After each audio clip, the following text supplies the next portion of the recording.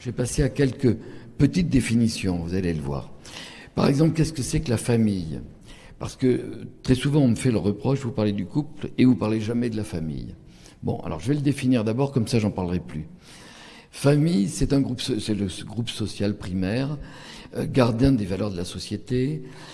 Si on regarde bien dans tous les pays, quelle que soit la culture et les traditions, la famille, elle est élargie au groupe. D'ailleurs, le groupe, la société est faite de familles. Et on va bien le voir, c'est parce que qu'est-ce qui va s'opposer à faire les couples tels que nous les concevons aujourd'hui? Mais c'est le fait que les familles, autrefois, arrangeaient les couples. Les mariages étaient arrangés, jusqu'à il n'y a pas longtemps, mais même nos grands-parents et arrière-grands-parents, pour certains, ne se sont pas choisis, comme nous choisissons aujourd'hui. Ils n'ont choisi que quelqu'un qui convenait à la famille. Si ça ne convenait pas, ils ne pouvaient pas. Aujourd'hui, on va parler... Alors j'aime bien dire famille adoptive, parce que nous sommes tous les adoptés de quelques-uns, de la façon dont nous sommes.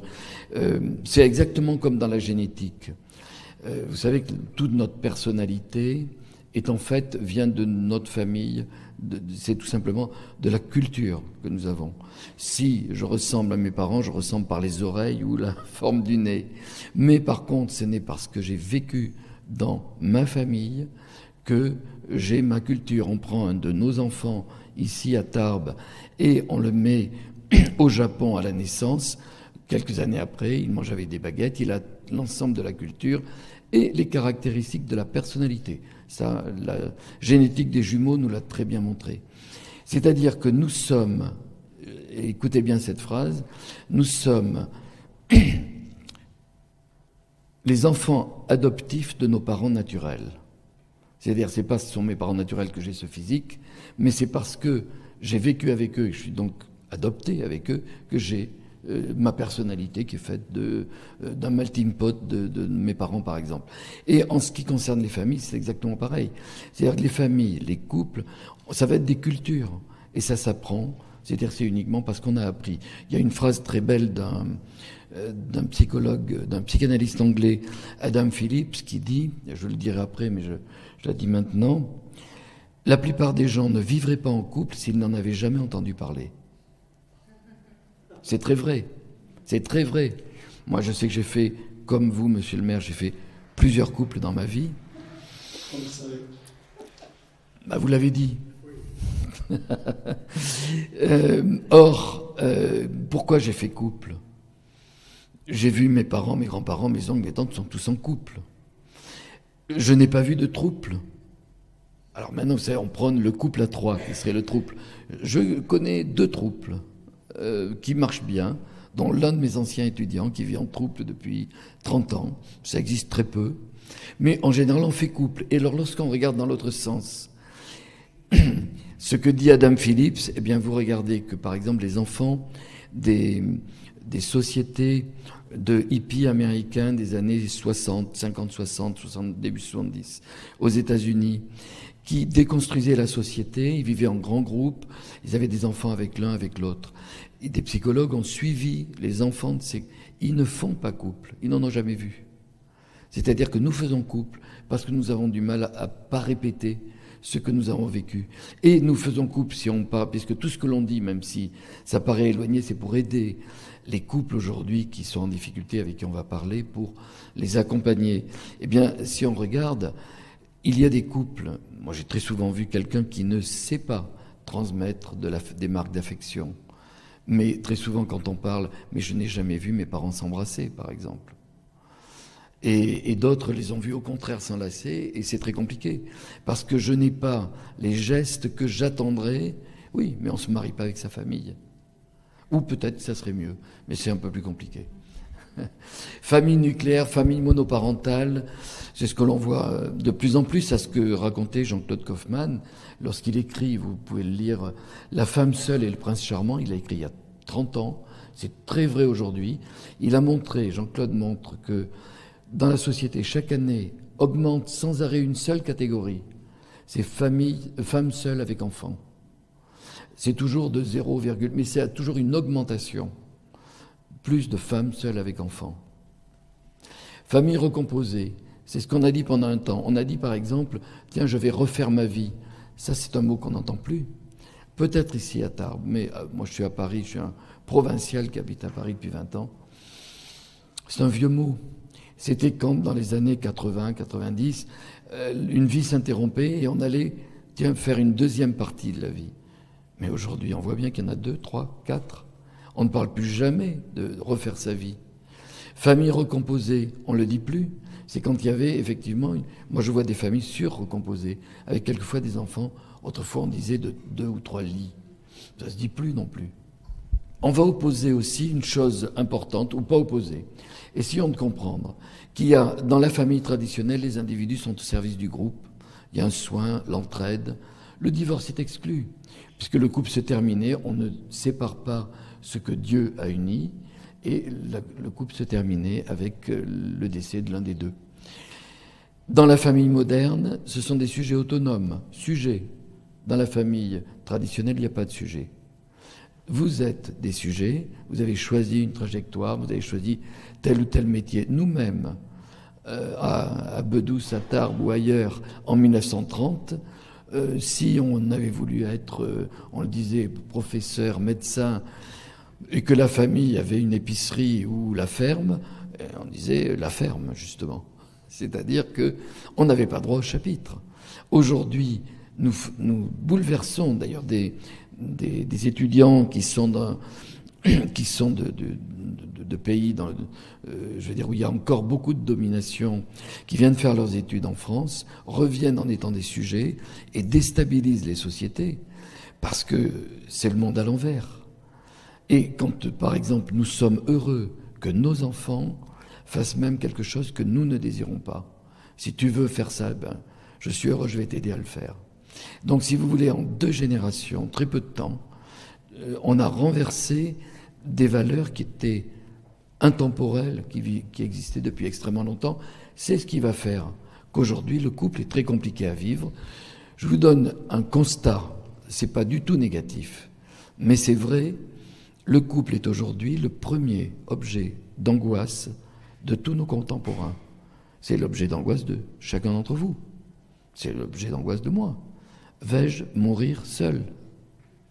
Et on le voit, vous avez des séparations à 80 ans. Mais l'espoir, c'est qu'il y a des rencontres à 80 ans. Alors, je vous raconte un peu vite quelque chose qui est de l'ordre de l'origine, qui va faire réfléchir. C'est-à-dire, je dis, nous voulons tous faire couple. Pourquoi ? Alors, on veut faire couple essentiellement pour des raisons psychologiques que nous ne savons pas expliquer, sinon par le sentiment amoureux. Et alors, parce que si on se projette un peu en arrière, on se pose la question, est-ce que c'est naturel ? Alors, vous allez dire oui.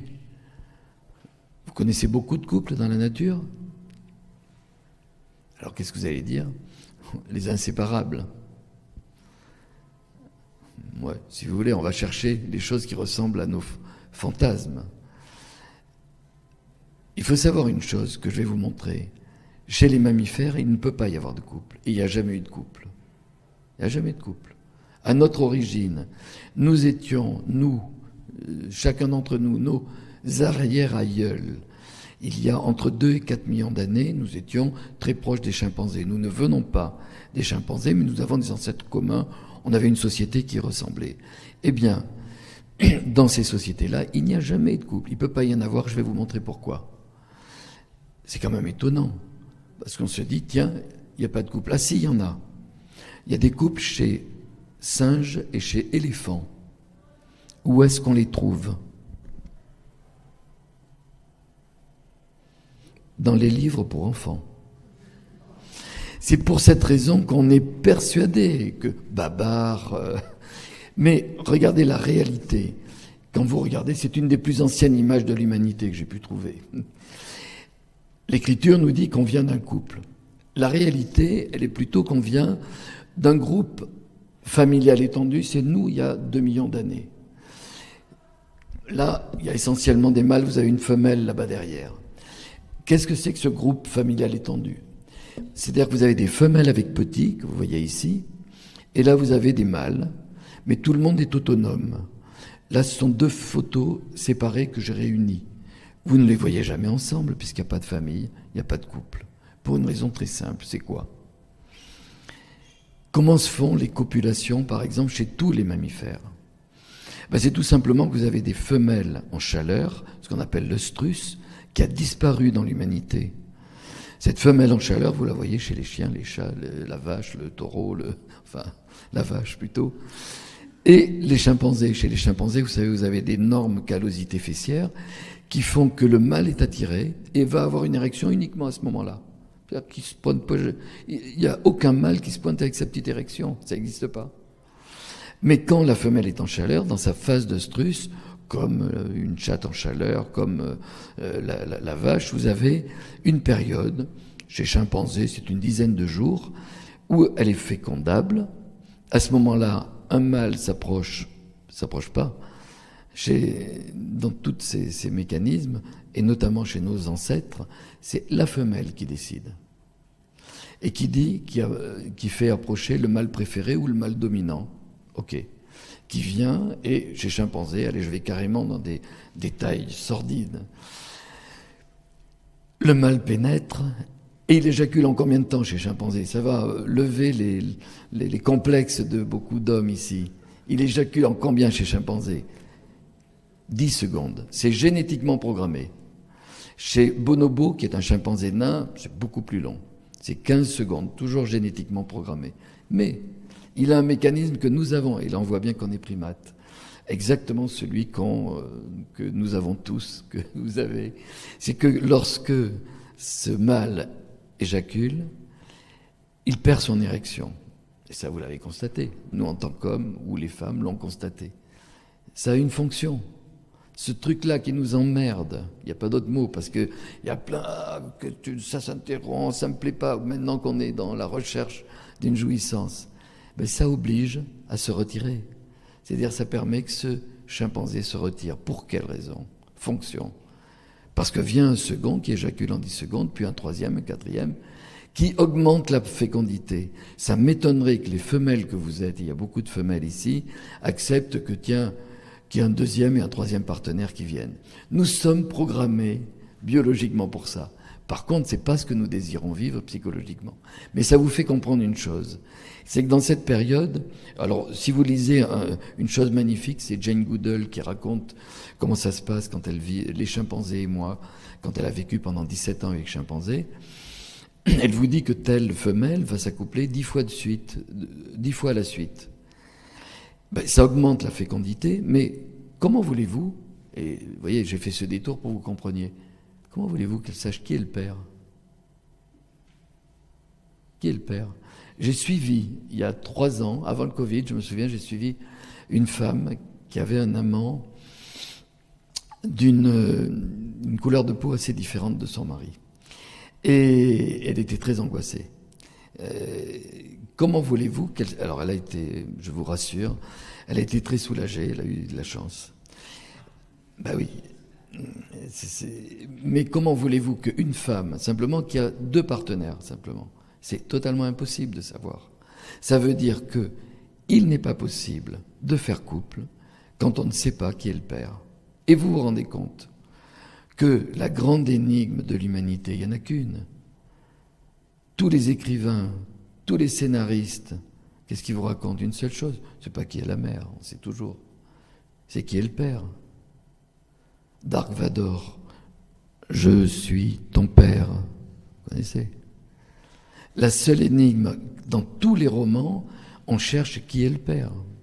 C'est l'histoire fondamentale de l'humanité. Et les humains l'ont trouvé, c'est-à-dire dès qu'il y a eu reconnaissance ou compréhension plutôt de la paternité, immédiatement les mâles ont pris possession des femelles avec un outil qui s'appelle le mariage, qui va enfermer cette femelle en empêchant l'accès des autres mâles. Je vais même vous dire un truc abominable, mais vous êtes là pour ça.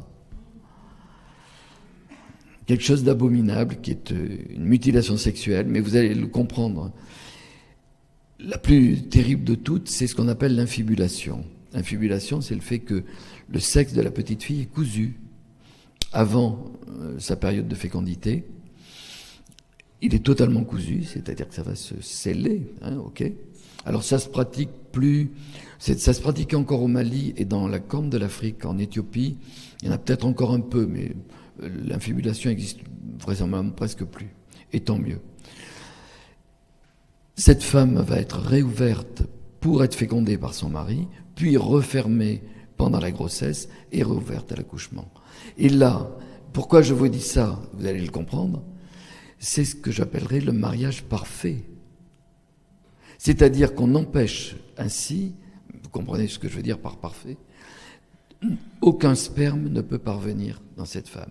L'obsession de toute l'humanité, il n'y a pas autre chose dans l'humanité que de la domination masculine, qui est l'outil, c'est le mariage. On va empêcher les femmes de sortir d'un espace isolé. Dans la Chine ancienne, on vous dit, alors avec d'autres raisons, par exemple que la femme doit être respectée, on la met dans l'espace intérieur le plus profond, dans un espace fermé où les rayons du soleil ne peuvent pas l'atteindre, ce qui fait qu'elle a un teint pâle qui est la plus grande marque de beauté. C'est-à-dire par raison détournée, eh bien elle ne peut pas sortir de l'espace le plus confiné. Et vous le voyez bien dans beaucoup de cultures, une femme ne sort qu'avec des hommes qui la protègent, les frères, et ainsi de suite. Alors je vous fais un tableau, vous voyez, très, très entier, mais qui fait que nous sommes libérés énormément, on a énormément évolué, mais fondamentalement, c'est de ça dont il est question. C'est-à-dire à qui appartient le père, à qui appartient l'enfant, et vous le voyez dans les séparations, quelle que soit la culture, oui, ce père va le revendiquer plus que la mère. Cet homme va avoir souvent plus de moyens de le faire reconnaître, et la grande guerre qui existe toujours malheureusement, c'est à qui appartient l'enfant. Alors regardez, Darwin, qu'est-ce qu'il fait? Il découvre une chose, il est très étonné, qu'il voit que les espèces monogames, comme par exemple les oiseaux, à 80% sont monogames. Eh bien, ils se ressemblent totalement entre mâles et femelles. Il faut aller sous les plumes pour voir s'il y a un petit pénis. Les espèces non monogames, eh bien, sont au contraire extrêmement différentes. Alors si on regarde, vous voyez, des guêpiers, là, il n'y a pas le mâle et la femelle, vous ne pouvez pas le savoir. Si on regarde les éléphants, ça n'a rien à voir. Sauf que là, c'est pas une famille. C'est que le photographe humain a attendu. Moi, je me souviens être allé au bord d'un lac comme ça en Namibie. Vous avez une femelle avec le petit, ils sont toujours ensemble parce qu'il y a une empreinte. Et il a attendu qu'un mâle approche pour photographier afin que vous croyiez que c'était une famille. Mais il n'y a pas de couple. C'est pas possible. La grossesse étant de 2 ans et demi. Avec qui ai-je fait l'amour il y a 2 ans et demi? Parmi les 10 éléphants avec qui j'ai copulé. Ça me montre une chose. C'est que si je regarde cette salle, j'ai aucune difficulté pour dire que vous êtes une femelle, mâle, femelle. Nous ne sommes pas une espèce monogame. Mais ça ne veut pas dire du tout qu'on va vers de la polygamie. C'est pas ça du tout.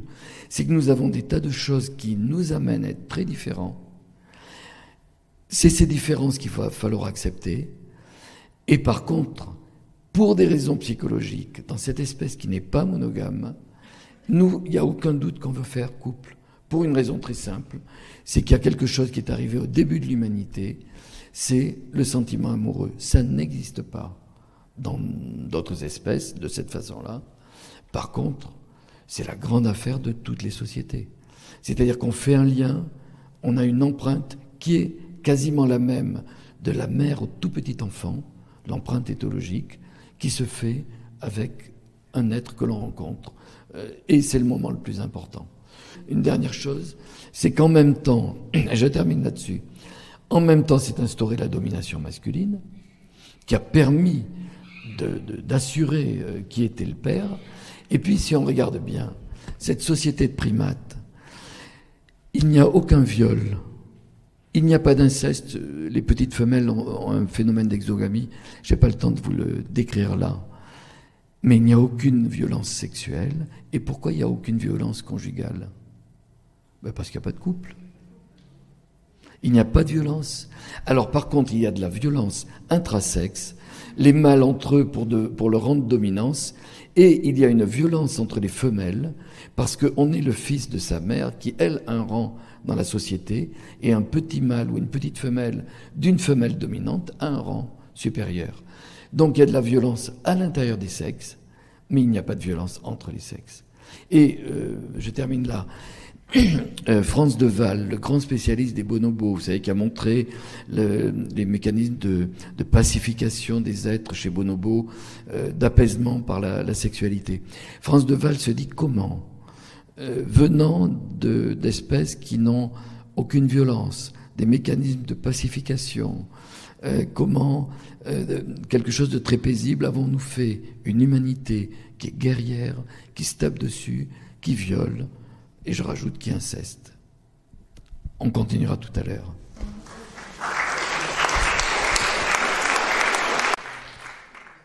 Commence une longue période pendant laquelle la hantise du viol pendant les périodes de guerre est constante chez les femmes. Constante.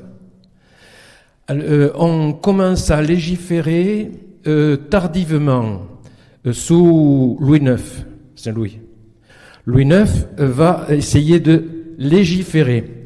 Et il y a un juriste qui va mettre tout cela en musique et qui a cette phrase, il définit le rapt.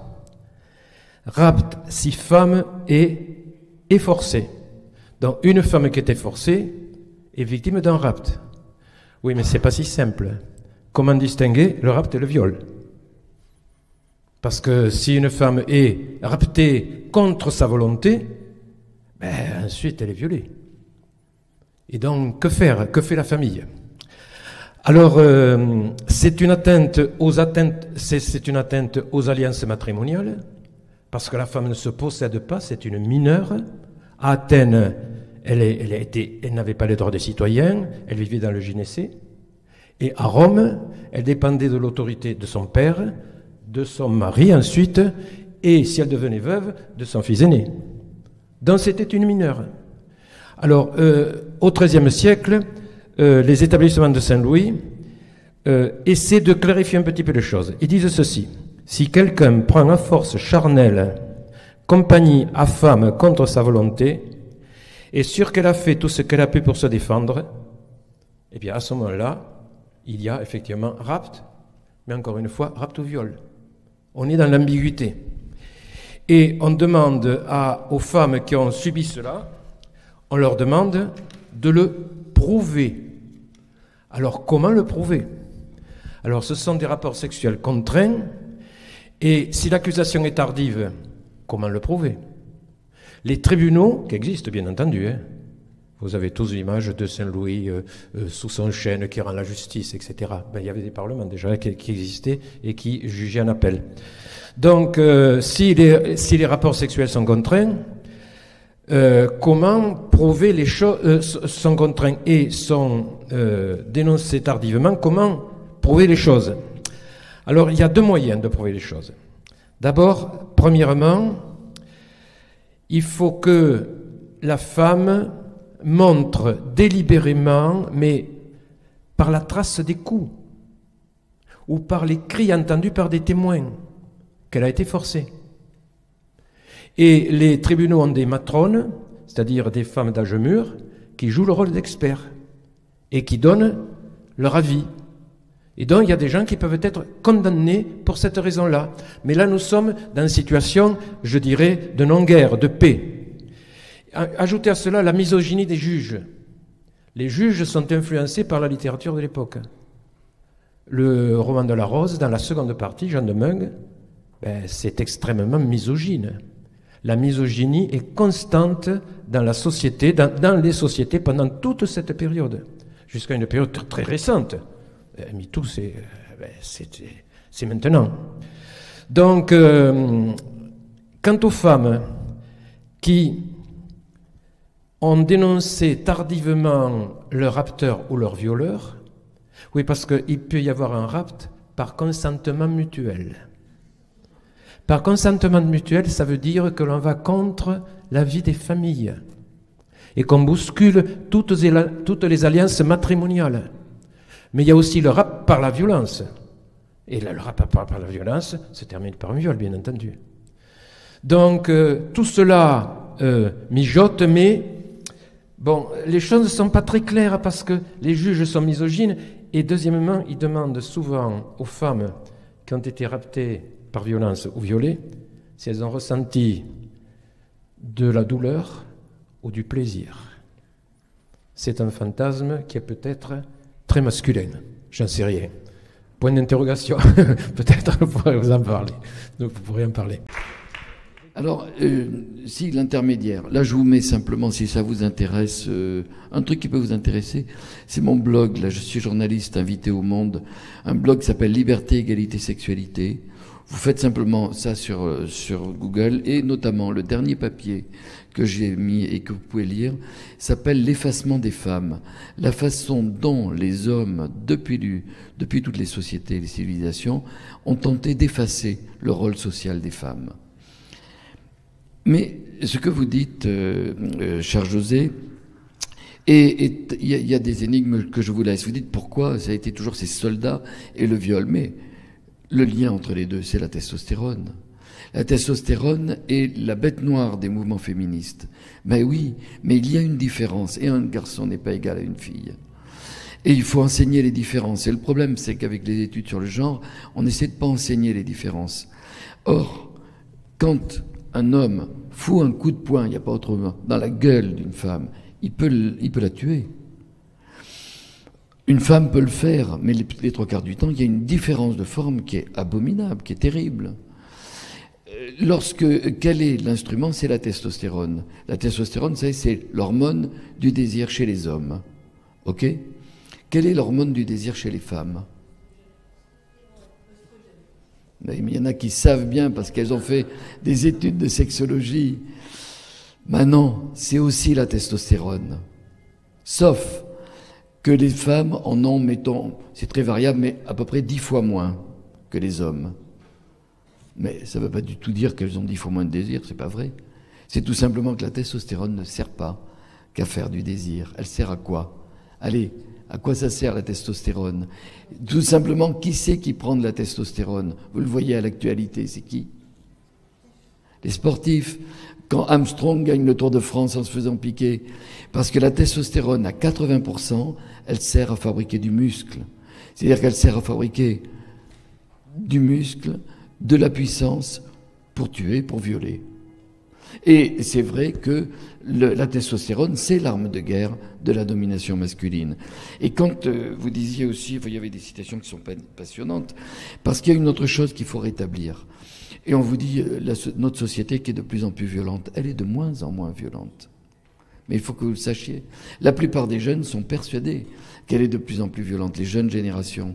Elle l'est de moins en moins. Les historiens des mentalités, il y a des types extraordinaires. Il y a un très très bel ouvrage qui a été fait par Stephen, j'oublie son nom, ça s'appelle « La part d'ange en nous ».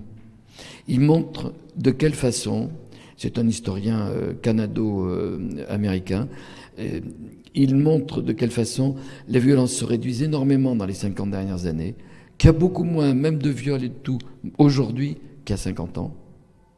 Alors que tout le monde va vous dire, mais il y en a de plus en plus. Non, qu'on les signale plus. Et je vais vous donner un chiffre qui se rapproche de ce que vous venez de dire et que je cite souvent pour que vous le compreniez. En France, c'est Steven Pinker. Steven Pinker le montre et c'est très bien documenté aujourd'hui. En France, nos arrière-aïeuls, on est au XIIIe, XIVe, XVe siècle, un homme sur deux avait participé à un viol collectif. Un homme sur deux. Vous l'avez dit tout à l'heure, à peu près. Nous avons beaucoup moins de violence aujourd'hui, et tant mieux. Mais ce que disait Michelet, il disait au 19e, quand on réduit les inégalités, celles qui restent semblent les plus insupportables. Eh ben oui, c'est très insupportable qu'il continue à y en avoir. Mais disons-nous que c'est hallucinant ce qui a été vécu. C'est absolument incroyable. Et il faut rappeler, et c'est les femmes toujours qui payaient un tribut, il y a un siècle, une femme sur 6 meurt en couche. Une femme sur 6. Et comme elle cumule des grossesses, au bout de 6 grossesses, elle est morte. Un enfant sur 3 arrive à l'âge de 18 ans. Et on veut faire des histoires par rapport à la vaccination. Si nos enfants vivent, c'est uniquement parce qu'il y a eu des vaccinations. Et dans quelques temps, on mettra le Covid obligatoire, c'est évident. Le couple moderne a moins de 50 ans. Mais oui, donc je vous ai dit, auparavant, il n'y a pas de couple, il y a des familles, quelle que soit la société. J'étais en Inde, il y a 4 ans, dans une famille rurale. Vous ne pouvez pas imaginer, l'Inde aujourd'hui, une femme sur 2 est violée. Une femme sur 2, en Inde. Jamais une femme dans la banlieue de Delhi ne se promène seule le soir, c'est impossible. Dans ce milieu rural où j'étais, vous étiez tous extrêmement sympathiques, dans une maison qui faisait la moitié de cette pièce. Il y avait 12 personnes, 12, dont 2 jeunes couples. Et une promiscuité qui permet absolument pas d'avoir ce que les jeunes générations peuvent imaginer dans la sexualité. Les plus âgés d'ici s'en souviennent. Moi, j'ai le souvenir de familles, dans la grande famille, il y avait toutes les générations.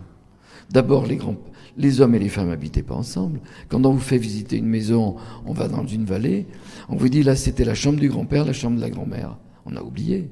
Mais à partir de très peu, avant 40 ans, ils dormaient plus ensemble. Il faut arrêter l'idéalisation que l'on a. Parce que nous sommes une anomalie depuis 50 ans à vouloir vivre un couple permanent, amoureux, ainsi de suite. Je vais vous le dire dans un instant. Mais non, ils ne vivaient pas ensemble.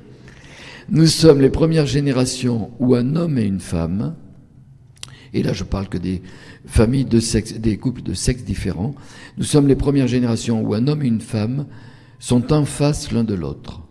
Ça n'a jamais existé depuis le début de l'humanité. Je n'ai pas fini la phrase. Sont en face l'un de l'autre sans un espace tampon.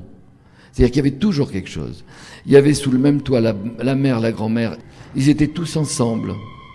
Et ça permettait surtout d'apaiser la colère des hommes. Regardez, vous vous souvenez d'une phrase que nous avons tous entendue, ou de quelqu'un. Attention, votre père arrive. Je vous le dirai tout à l'heure, parce que les stéréotypes de langage existent toujours. Attention, votre père arrive. Et à ce moment-là, cet homme disait, tu sors. Toi, tu fais ceci. Mais cet homme ne disait rien de plus. Et on va le voir, c'est ce qui va amener à ce que les hommes soient des taiseux. Vous connaissez le terme. Vous connaissez le féminin de taiseux? Ça n'existe pas. Mais non, mais il peut y avoir des femmes qui parlent pas. Mais j'ai vu 1000 couples, je vous dis, j'ai vu combien de fois une femme qui dit mon mari est un mur. Enfin, il y a plein de façons de le dire. Mais j'ai jamais vu un homme qui vient, ma femme est un mur, ça peut arriver, c'est une anomalie. Mais non. Mais le problème, c'est pas que les femmes soient verbieuses. C'est pas ça. C'est que le gros problème, c'est que cet homme ne peut pas faire autrement.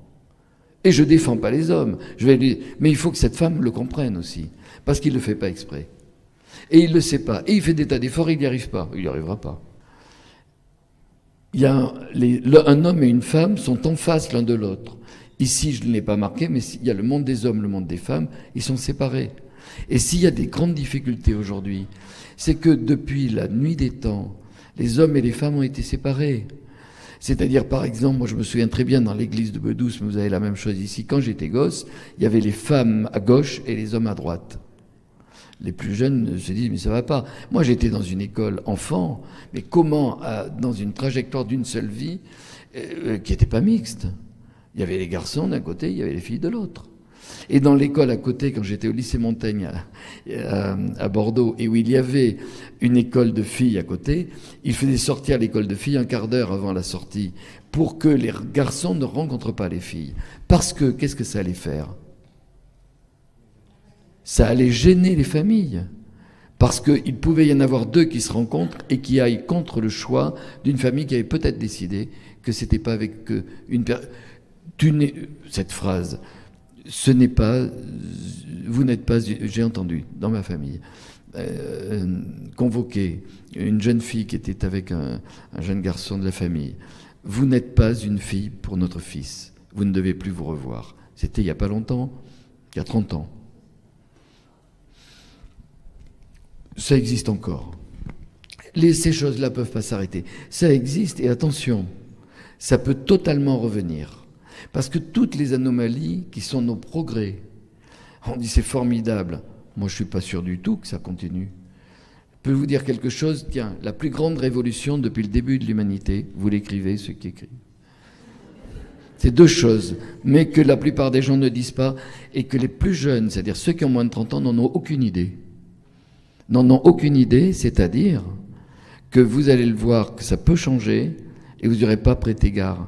Il y a une seule révolution, c'est la contraception et l'autorisation de l'avortement. C'est uniquement ça qui a permis une seule chose, je la formule comme ça, l'existence sociale des femmes. Mais on ne le dit jamais. On dit, ah mais tiens, au Texas, oui, on n'est pas content, hein. Qu'est-ce qu'on fait?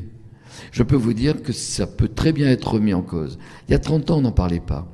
Là, vous avez le Texas, vous avez la Pologne, où actuellement, on ne peut pas avorter, même sur un viol. Monsieur veut poser une question. Non, il y avait quelqu'un qui s'est tiré, je trouve ça formidable. En Pologne, même s'il y a un viol, une femme ne peut pas avorter. Je peux vous assurer qu'au Portugal, ça a failli passer il y a quelques années. Ce n'est pas passé. Mais vous allez avoir des tas d'autres pays, et quand il y en aura un ou deux qui vont former une coalition, mais bien sûr que ça peut être remis en cause. Parce que l'existence sociale des femmes est un fait inacceptable. C'est pas normal. Reprenez cette phrase, c'est pas normal. Mais c'est vrai que c'est pas normal. Depuis le début de l'humanité, si la normalité c'est la règle, c'est pas normal du tout. Il y a une espèce d'anomalie en Occident. L'Occident, je vous signale, c'est pas beaucoup, c'est 12% de l'humanité. Dans 85%, les femmes n'existent pas. Donc, vraiment, les deux grands événements, c'est avortement, contraception. Quand j'ai écrit la bande dessinée, si ça vous intéresse, qui résume beaucoup de choses que je vous dis, je me suis aperçu, j'en ai été pas rendu compte sur le moment. J'avais lu beaucoup d'historiens de tas de périodes, et j'avais notamment appelé, je vais vous le dire après. Il y a deux périodes dans l'histoire de l'humanité où les femmes ont existé socialement. Uniquement deux. C'est en Occident depuis 50 ans, mais une deuxième période. C'est quand? Je m'en suis rendu compte a posteriori, c'est en Égypte ancienne. Dans l'Égypte ancienne, les femmes, et ça c'est génial, parce qu'ils se réjouissent du mariage, et c'est formidable. Moi, je me souviens m'être réjoui du mariage d'un cousin. Ils étaient magnifiques tous les deux. Je savais dans ma tête qu'ils avaient beaucoup de chances de divorcer avant 20 ans. Ils l'ont fait en 10 ans. C'est ça qui est terrible, parce qu'on va se réjouir. Et toutes les histoires d'amour ont commencé par un truc génial. Et les miennes aussi. Je dis les miennes en plus. Mais bien sûr. Et puis vous connaissez la chanson de Rita Mitsuko, elle est aussi vraie. Les histoires d'amour finissent mal en général. Qu'est-ce que c'est? Et c'est ça qu'on va passer après les discussions et ce qu'on dira tout à l'heure. Oui, le gros problème, c'est pourquoi on se rend compte sur un phénomène totalement amoureux. Et il n'y a pas de doute que tous ceux qui se séparent ont été très bien au début. Je fais attention. Si, je vous dis une autre chose. Comment ce couple va exister, le couple moderne? Il a pratiqué, par rapport à la tradition, il a pratiqué deux séparations. Une séparation avec les ascendants, une séparation avec les descendants. Et il n'y a que comme ça que c'est possiblement viable. Avec les ascendants, ce ne sont plus les parents qui décident. Mais moi j'ai entendu dans mon enfance, et même mes grands-parents dire « Mais tu n'élèves pas ton fils comme ça. Non, tu ne dois pas faire ça. » Bon, Il y a plus d'autonomie aujourd'hui. Mais la deuxième chose, si vous voulez que le couple dure, aujourd'hui, c'est très compliqué. Parce qu'il y a beaucoup d'exigences, notamment parce que la plupart d'entre vous et la plupart des gens ne désirent pas vivre un couple amoureux. Et c'est ça, le très grand problème. La plupart des gens, écrivez-le. Si. C'est vous, mon coach. La plupart des gens ne désirent pas un couple amoureux. Mais vous avez bien compris que j'ai jamais fini ma phrase. La plupart des gens ne désirent pas un couple amoureux. Alors vous dites comment? Mais si. Mais non. Vous tous, et moi aussi, on désire vivre un couple passionnel. C'est-à-dire que dès que ça se tiédit un peu, mais qu'est-ce que c'est? Mais c'est pas intéressant. Et le nombre d'exigences féminines, mais les mecs peuvent pas y arriver. Mais tu me surprends plus. Et on voit des modèles qui sont tels que vous ne pouvez pas les reproduire. Mais c'est pas possible. Il faudrait sans arrêt être sur le qui-vive. Tu n'es plus amoureux comme tu l'as été. Et moi, je sens que tu as moins de désir envers moi. Les exigences sont telles que beaucoup de couples se séparent sur le modèle, puisqu'on suit des modèles, des feuilletons, des séries américaines dans lesquelles on se sépare, on baise un petit peu moins. T'as vu la fréquence? Mais les autres, tous les autres ont des couples formidables. Ah ouais. Ah, je peux vous assurer que tous les autres ont des couples formidables. Là maintenant c'est une manif. C'est génial la mairie de Tarbes. Au moins c'est animé. Voilà le couple moderne si vous voulez. Il y a la disparition des contraintes maritales, il y a beaucoup moins de contraintes. Une réduction de la domination masculine, c'est vrai. Les rôles ont changé. Il y a une libération morale et sexuelle. Vous savez, on m'a souvent dit il y a 4 ou 5 ans, quand il y a eu les 50 ans de 68, on m'a dit de résumer cela. Eh bien, j'ai pris tous les détails, j'ai regardé tous les historiens. Il faut que vous le sachiez, il n'y a pas eu de libération sexuelle en 1968. Pas du tout. Mais c'est important, écrivez-le. Il n'y a pas eu de libération sexuelle. C'est très important. Il y a eu uniquement la libération de la sexualité des femmes et des homosexuels, parce que les mecs, ils ont toujours fait ce qu'ils voulaient et continuent pareil. Ça n'a rien changé. C'est qu'avant, les femmes ne faisaient pas ce qu'elles voulaient et les homosexuels n'existaient pas. C'est vraiment une libération, mais pas du tout. Les mecs, ils ont toujours fait ce qu'ils voulaient. Ils violaient, ils continuent à violer. Alors, avec le fait que ça se réduit. Dissociation, sexualité, fécondité. Et je vous disais, il n'y avait que 2 périodes que j'ai vues où le couple, les femmes existent socialement. C'est l'Égypte où elles avaient des métiers, elles étaient médecins, architectes. Il y en avait beaucoup dans toutes les populations. Ça a été appelé par une historienne, j'ai oublié le nom, Égypte l'égalitaire.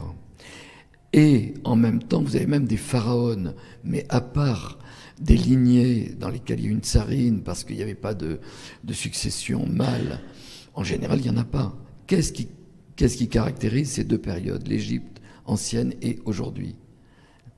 Tout simplement, c'est qu'il y a de la contraception et de l'avortement. À l'époque, la médecine égyptienne mettait des tampons végétaux qui étaient très contraceptifs. On mettait des épines d'acacia dans l'utérus qui étaient comme un stérilet. Et ils avaient... C'est le seul moyen, c'est-à-dire que le mariage et la grossesse sont les moyens de la domination masculine. Et la domination masculine, c'est tout simplement une maladie ou la maladie de l'humanité. Les singes ne l'ont pas.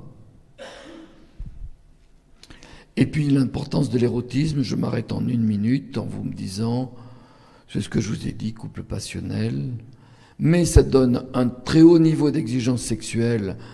Vous lisez des articles, moi j'ai 2 interviews par semaine depuis des années, j'en ai une tout à l'heure, il y a notre ami journaliste qui est peut-être là, mais les 3/4 du temps, on me pose une seule question, c'est comment faire durer le couple? C'est une seule question qui se pose. Et on vous fait des articles, parce qu'il faut singulariser en faisant un article, eh bien, ça vous donne des articles dans lesquels ça fout des complexes aux gens normaux. On vous raconte les 3 temps de l'orgasme, le je sais pas quoi. Donc, grande instabilité du couple. Nous avons surtout, j'ai pas le temps de vous le développer, ou on le fera peut-être dans un 3e temps, ou dans la discussion, mais je vous le dis, nous avons 2 sexualités qui n'ont pas été faites pour vivre ensemble. C'est pour ça que ça permet de comprendre beaucoup de malentendus. Et nous avons, ça c'est je vous l'ai dit, nous avons 2 sexualités pas faites pour vivre ensemble. Nous sommes les premières générations qui n'ont pas un espace tampon. Si ça vous intéresse, c'est dans ce petit livre qui s'appelle « Pourquoi c'est si compliqué l'amour », c'est bien décrit. Je passe. Bon, là j'ai pas le temps, je le dirai peut-être tout à l'heure. Je m'arrête là pour qu'on respecte le temps et on a une bonne demi-heure de discussion, mais vous allez essayer de parler. Allez, merci de m'avoir écouté.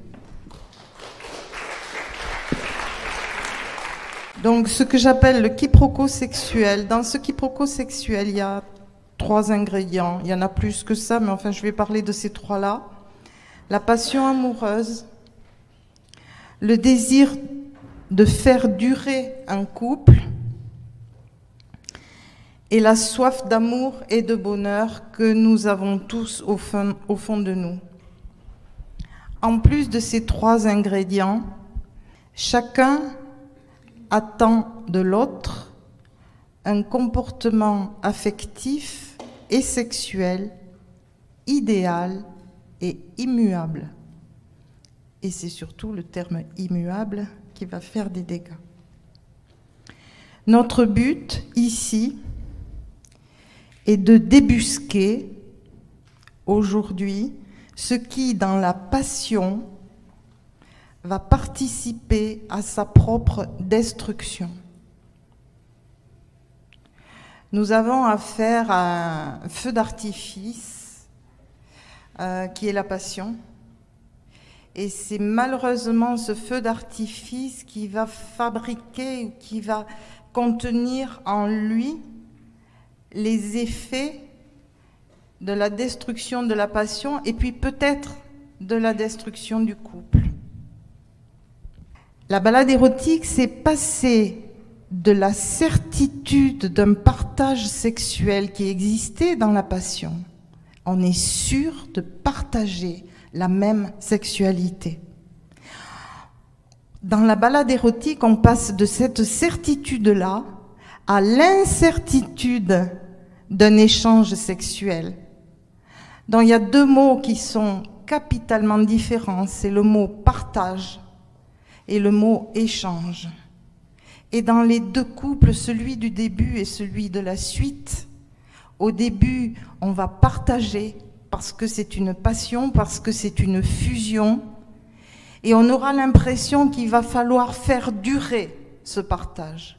Or, à la suite de la passion, nous ne pourrons que échanger des différences. Et c'est pour ça que le passage est difficile. Et c'est pour ça que c'est dommage que nous n'en parlions pas. La phrase qui court, c'est « j'en ai besoin ». Et il parle aussi de la difficulté à accepter l'absence de désir et de plaisir de sa partenaire. Du côté de la femme, elle exprime son souci de normalité du couple. Comment ça se fait que je n'ai pas envie de lui? C'est pas normal.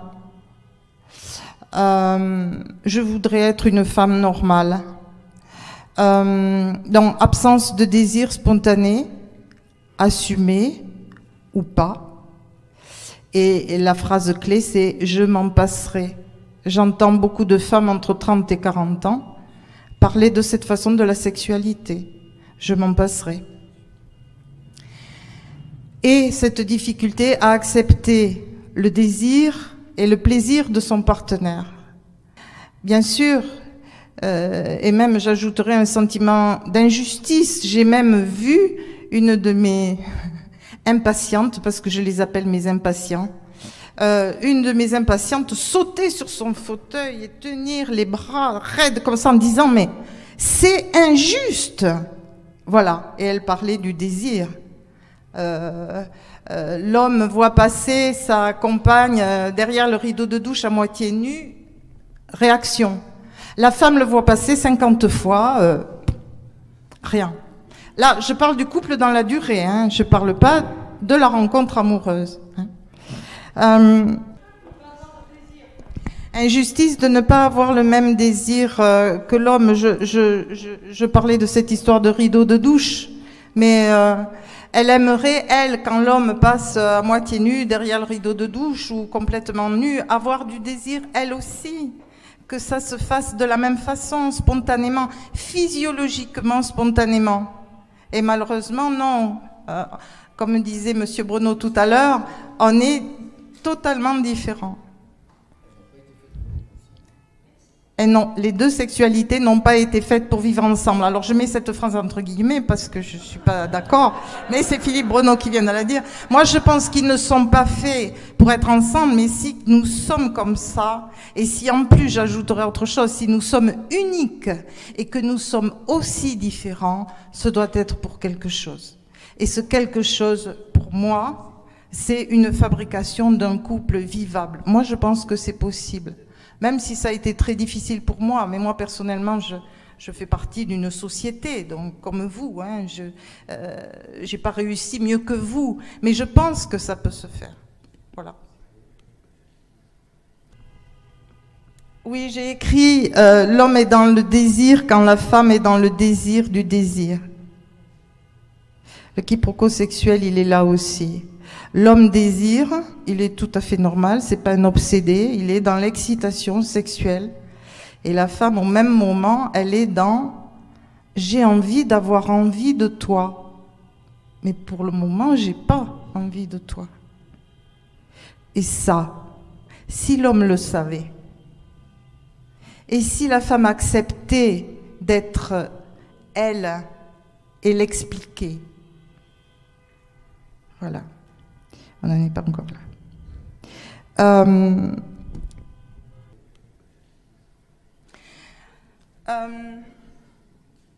Alors donc, ce quiproquo sexuel va suivre avec, bien sûr, incompréhension, chacun rendant l'autre responsable de la situation, bien sûr.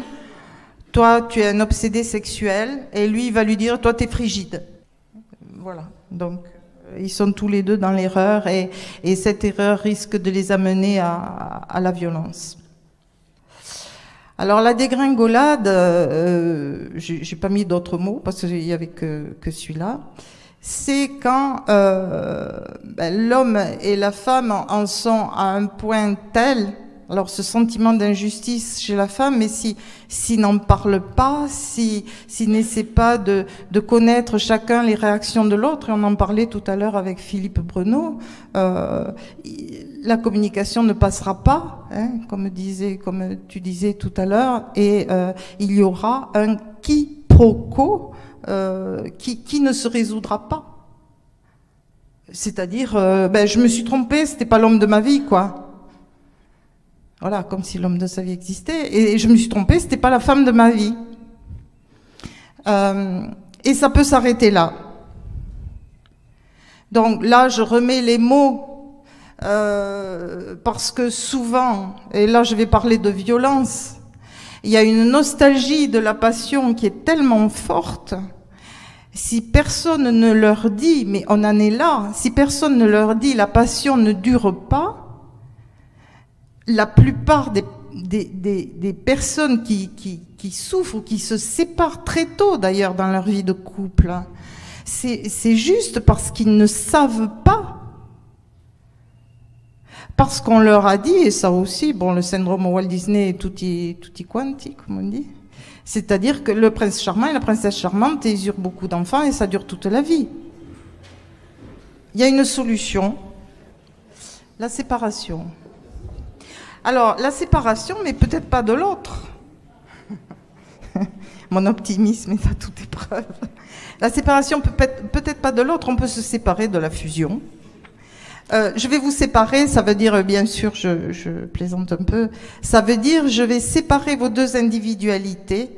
On va essayer de mettre en valeur l'individualité de chacun, de façon à ce que chacun puisse continuer à vivre tout en étant avec l'autre. Ça ne veut pas dire que l'individualité va prendre de la place à l'intimité du couple. Ça veut dire que qualitativement, cette intimité va être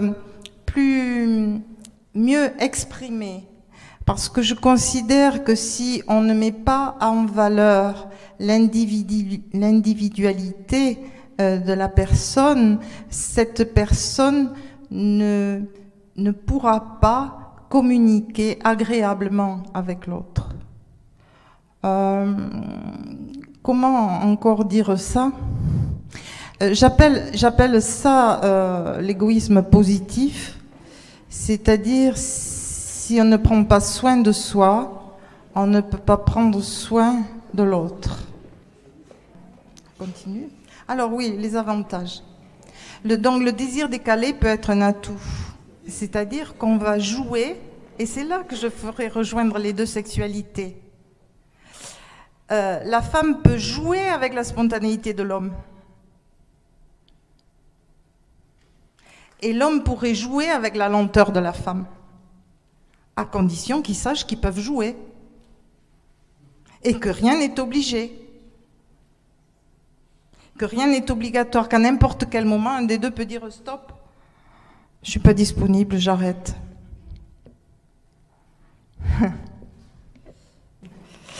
L'érotisme du couple à travers la balade érotique sublime, d'après moi, la passion de la rencontre. C'est-à-dire qu'elle va encore au-delà de la rencontre, en deçà et au-delà. La passion amoureuse, merveilleux cadeau que nous fait la nature, serait-elle juste un brouillon de la balade érotique? Là, je vais plus loin et peut-être trop loin.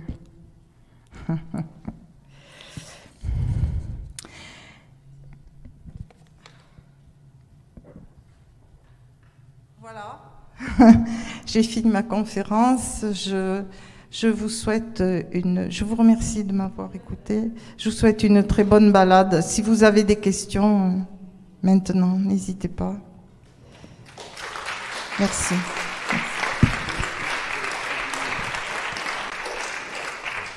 Si un homme, parce que ça se prend toujours du côté masculin, si un homme ne fait pas l'amour d'une semaine, d'un mois, d'une année, de 10 ans, il ne se passe rien. Mais le problème, c'est que la plupart des gens qui voient même des couples n'osent pas le dire. Moi, je peux vous dire que j'en suis sûr. Et je le sais.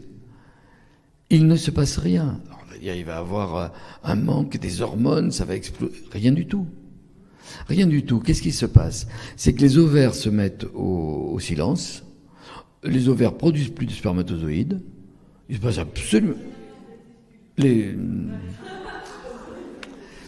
Vous voyez, vous m'avez perturbé en parlant des trans tout à l'heure. Non, je rigole. Les testicules fabriquent plus. Ces hormones, ça change absolument rien. Il peut y avoir de la testostérone suffisamment pour bander tous les jours. Par contre, il ne se passe absolument rien.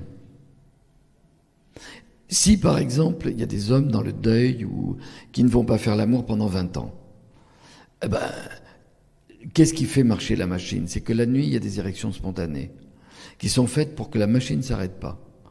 Et il redémarre un nouveau couple 20 ans après, les testicules se remettent à fabriquer et elles éjaculent un vieux sperme qui était resté dans les voies séminales et c'est tout. Mais c'est très important de le savoir, parce qu'il faut affirmer aux gens que le besoin sexuel n'existe pas. Par contre, oui, vous allez vous dire, il se passe quoi? Il se passe une frustration. Ah, mais c'est le problème des mecs. Cette frustration, elle vient de quoi? D'une habitude qu'a pris cet homme. Il a pris cet homme d'éjaculer tous les 3 jours, tous les 2 jours. Il n'a qu'à se masturber s'il veut. Attendez, c'est son problème. Mais le problème, c'est que les femmes, ne sachant pas, vont penser que je suis en train de le frustrer, c'est de ma faute. Non. Après, on va raisonner autrement. Mais c'est très important, il n'y a pas de besoin sexuel. Tu disais une autre chose. Alors, elle passe devant lui, et le mec, c'est pas compliqué. Alors, je dis en termes triviaux, parce que c'est comme ça qu'on le pense. Il bande, le mec, hein, ok? D'accord. Et elle... et pour elle, il passe 10 fois devant elle et il se passe rien. Mais parce que ce mec est nul. Mais c'est la plupart, mais c'est toi qui es nul. Et moi aussi, je tutoie. Hein. Je m'excuse, je tutoie pour une raison simple, je le dis à tous mes étudiants. Sinon, j'ai l'impression d'être plus âgé, ça m'embête. Mais oui, mais moi je rirais de la même façon. Ce mec, il est nul. Parce que, passer comme ça, à la Rocco Siffredi, pas Rocco Siffredi, comment il s'appelait? Aldo Maccione. Hein, c'était pareil. Mais c'est pas ça qui fait bander une femme. Par contre, si ce mec, tu vois, si tu avais appris l'équitation, et tu passes avec un cheval, un grand chapeau, eh bien là, ça va se passer autrement. En passant 10 fois, une 10e fois, en mettant un tapis rouge. Je veux dire par là, les conditions amoureuses qui correspondent à cette femme, et c'est pas le fait de se trimballer dans un beau slip devant elle. Slip tigré. Aujourd'hui, le porno sur le net représente un tiers du volume total d'Internet mondial. Un tiers. On n'imagine pas la quantité. Mais pour quelle raison? Ça sert à quoi? Ça sert à quelque chose de très précis. Non, pas du tout. Ça sert à très grande majorité, c'est la masturbation masculine. C'est-à-dire que les hommes ont besoin d'un support visuel. La plupart des femmes n'ont pas besoin d'un support visuel. Elles vont se travailler avec quelque chose en imagination. La très grande majorité des hommes, sans support visuel, ils l'ont pas.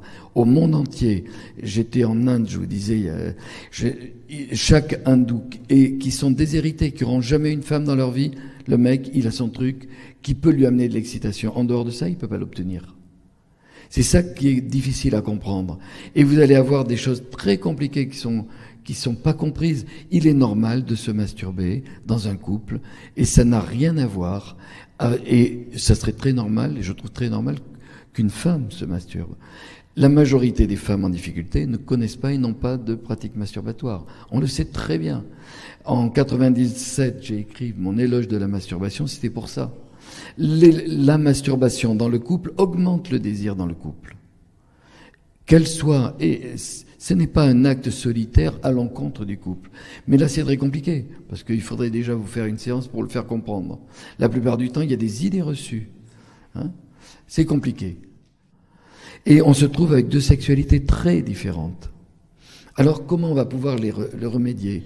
Cette capacité permanente d'accouplement va faire pression le nombre de femmes pour qui ça va très bien, on fait l'amour, on s'est rencontrés, c'est génial. Dans 2 ans, dans 5 ans, c'est insupportable. Insupportable. Et je vois plusieurs femmes qui ont opiné pendant que je disais ça. Mais les plus jeunes ne le savent pas. C'est insupportable. J'ai tellement vu, ça fait 40 ans que je consulte, mais c'est insupportable. Les hommes n'imaginent pas à quel point c'est insupportable. C'est compliqué, parce que pour nous, on n'y est pour rien. Et ce n'est pas du désir. Tout à l'heure, tu disais, ça dépend du désir ou je sais pas quoi. Ça fait 20 ans que je cherche un autre terme pour parler du désir chez les hommes. Les femmes savent ce qu'elles désirent, les hommes ne savent pas. Parce que tous les hommes, nous les hommes, nous bandons avant de désirer. Le matin, je bande, alors je désire absolument pas, ça n'a pas de sens. Mais c'est toi que j'aime, il n'y a pas de doute. Viens, on fait l'amour. Mais en face, la partenaire n'a pas de doute, c'est parce qu'il m'aime. Or, non, c'est pas du désir. Alors que cet homme ne sait pas que pour toutes les femmes, et ce que je vais dire, je ne le sais que parce que j'ai parlé à beaucoup de femmes, non, parce que beaucoup de femmes m'ont parlé. Eh bien, la plupart des femmes qui ont une sexualité autonome le savent, elles ont mis des années à avoir cette autonomie, en apprenant à faire monter son désir, à le faire monter avec des fantasmes, à en faire quelque chose, à le rendre autonome, à pouvoir jouir comme elles le désirent, quand elles veulent et avec qui elles veulent. Bien sûr que ça s'apprend, mais les hommes n'en ont aucune idée puisqu'on n'a rien appris. C'est pas deux sexualités qui n'ont pas été faites pour vivre ensemble, c'est très différent. Le problème, c'est ce qu'on ne sait pas de l'autre. Et cette pression va amener un nombre de malentendus, qui ne sont pas compris. Moi, une des choses que je vais dire à la plupart des patients, tout ce que vous me racontez, c'est normal. C'est normal que ça marche pas. Mais c'est comme ça qu'ils reviennent au deuxième rendez-vous en disant, vous savez qu'on s'est trouvé bien parce que vous nous avez dit qu'on était normaux. Et moi, j'amène dans les couples à beaucoup se toucher, à se retoucher. Mais quand ils viennent, ils peuvent même plus se toucher. C'est très compliqué, on ne va pas y arriver comme ça.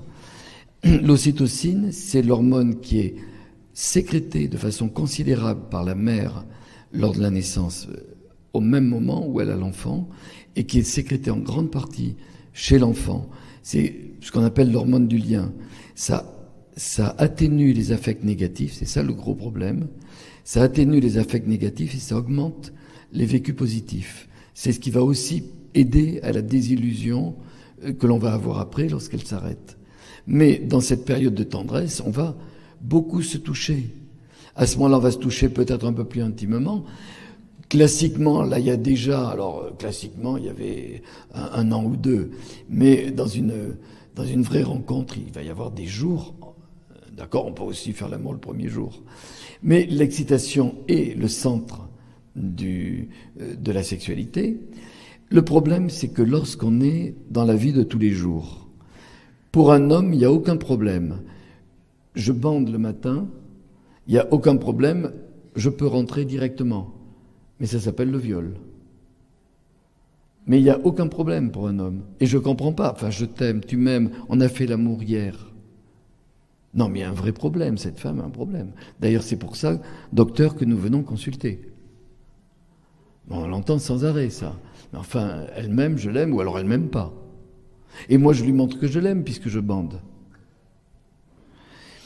Le gros problème, c'est que nous allons avoir, les thérapeutes, les conseillers conjugaux que vous êtes là, ça va être d'amener cet homme à comprendre.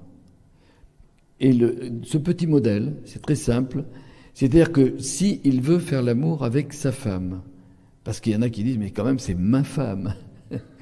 J'ai collectionné pendant un temps des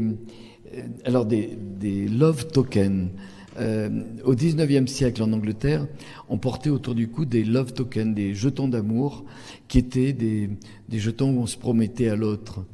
Et j'en ai trouvé un qui est extraordinaire, c'est quand on était marié, il y a marqué... Non, c'était avant de se marier. Hein. Il y avait marqué une date, il y avait marqué les deux prénoms, et il y avait marqué la date et « She is mine ». C'est-à-dire que du fait qu'on avait fait l'amour, elle était devenue à moi. Hein, bien sûr que c'était toujours sous domination masculine, comme quand on parlait sous occupation allemande, hein, c'est pareil. Et il va falloir faire comprendre à cet homme que s'il veut faire l'amour... Oui, attends, je termine ce truc. S'il veut faire l'amour à sa femme, il va falloir que chaque jour, mais il faut lui expliquer parce qu'il peut pas comprendre, que chaque jour il faut repasser par la case départ et vous gagnez 20 000 euros, hein, le passage. C'est-à-dire que chaque jour il faut séduction, tendresse, mais c'est pas séduction, tendresse, érotisme, excitation. S'il y a séduction, tendresse, peut-être qu'il peut y avoir érotisme, mais pas obligatoirement. Mais en tout cas, on ne peut y arriver que si on passe dans ce schéma-là. Or, c'est quelque chose qui est très compliqué parce que cet homme ne va pas forcément l'accepter ou le comprendre. Pardon.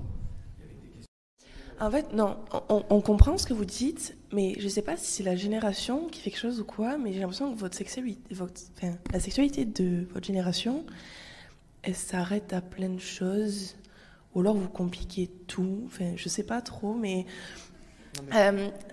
on parle de la sexualité dans le couple alors qu'on peut juste avoir un plan cul ou avec un ami ou peu importe. Du coup, à ce moment-là, on n'a pas besoin de passer par toutes les étapes. Non mais je veux dire que là, vous avez mis que si on passe directement de l'excitation à la sexualité, si l'homme du coup passe directement à ça, c'est un viol.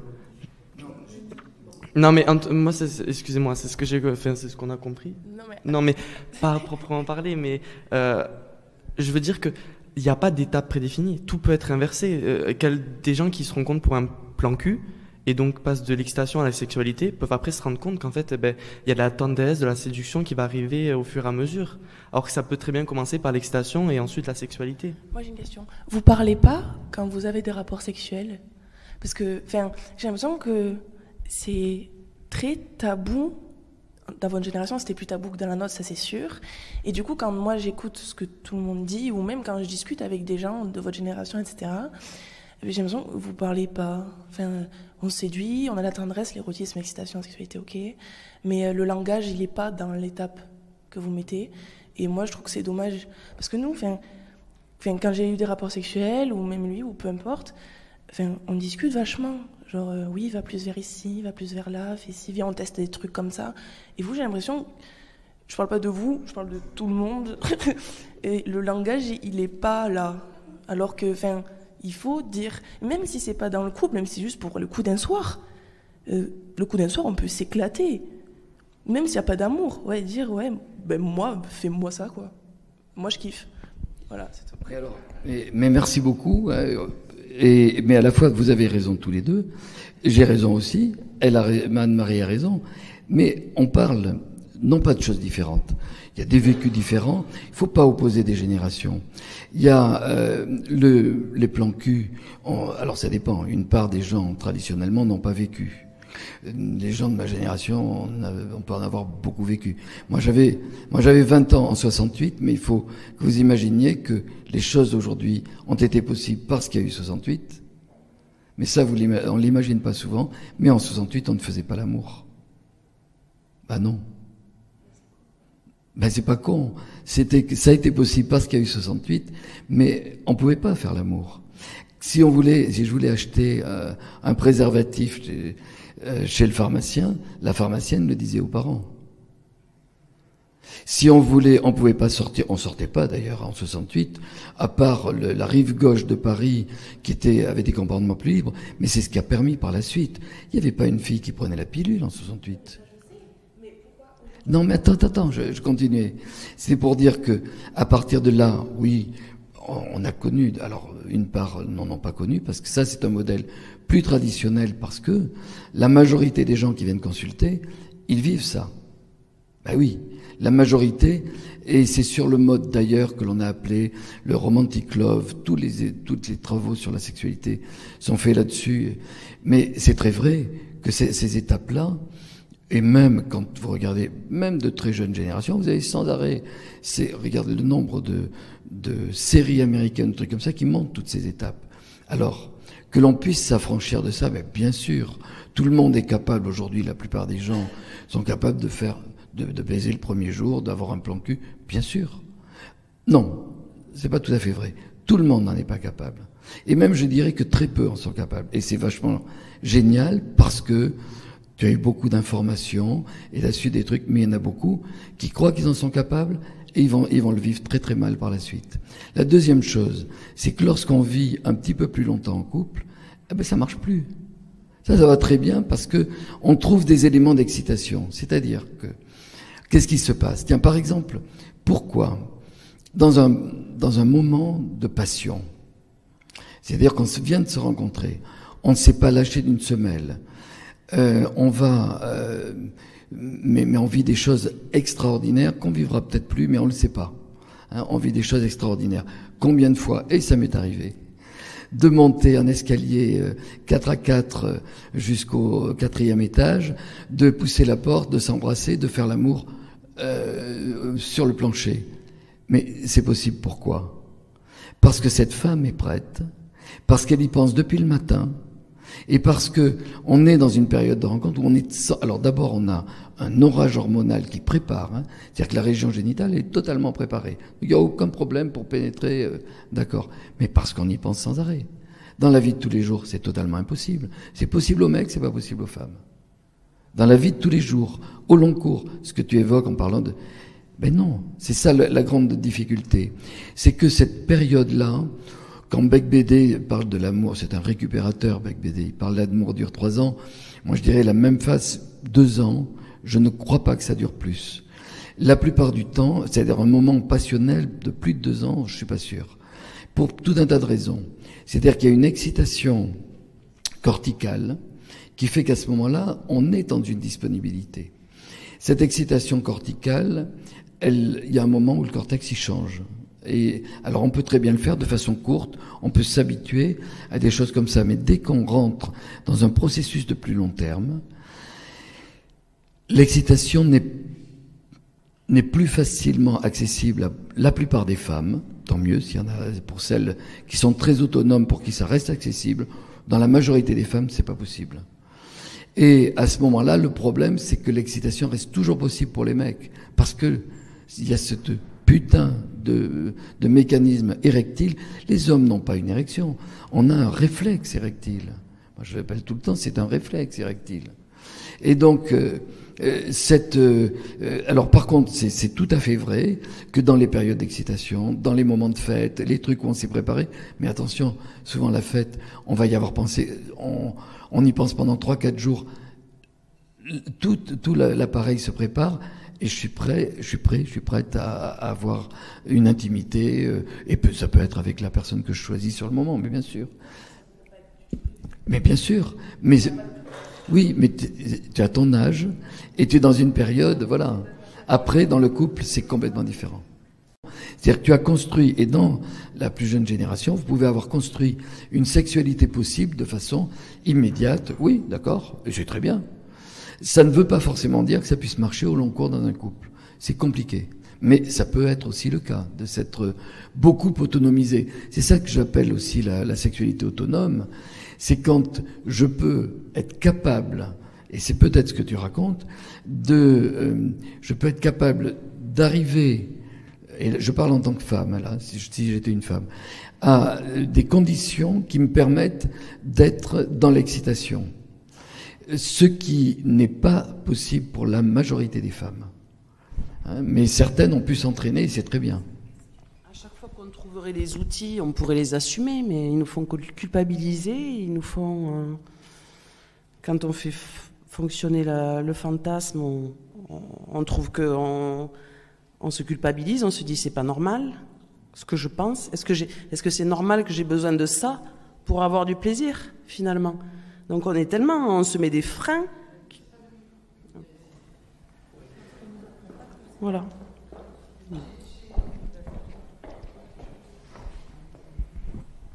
On parle souvent de ça avec les patientes et je suis tous les jours étonnée par ça, le fantasme culpabilisant. C'est-à-dire que la femme dans le couple, dans la durée, puisque c'est notre thème aujourd'hui, elle n'est pas, comme il explique, elle n'est pas excitable facilement. Et elle peut commencer avec tendresse, sensualité, une relation sexuelle, mais si elle ne ferme pas les yeux et qu'elle ne fait pas son fantasme, elle ne va pas pouvoir faire monter son excitation. Son excitation, elle la fabrique avec son imagination. Et c'est pas toujours des personnes, c'est pas toujours des identités, on a toujours peur de la tromperie. Non, c'est des sexes, c'est des situations, c'est des corps, c'est un bout de film qu'elle se fait dans sa tête. Et ça va l'exciter et ça va l'aider à faire l'amour avec son partenaire. Alors elles me disent, mais donc ça veut dire que je ne l'aime pas. Mais si, mais ça n'a rien à voir avec ça. Elle l'aime puisque c'est avec lui qu'elle le fait. Le fantasme, c'est ce que j'appelle moi un petit peu la poésie érotique de chacun. C'est-à-dire notre capacité à inventer notre outil d'excitation. Et il est là, et c'est pas une tromperie. Ou alors je me trompe moi-même, mais je me trompe pas puisque ça marche, je suis excitée. Et en plus, cette excitation, j'en fais profiter l'autre. C'est par amour qu'on fantasme. Pas par perversion.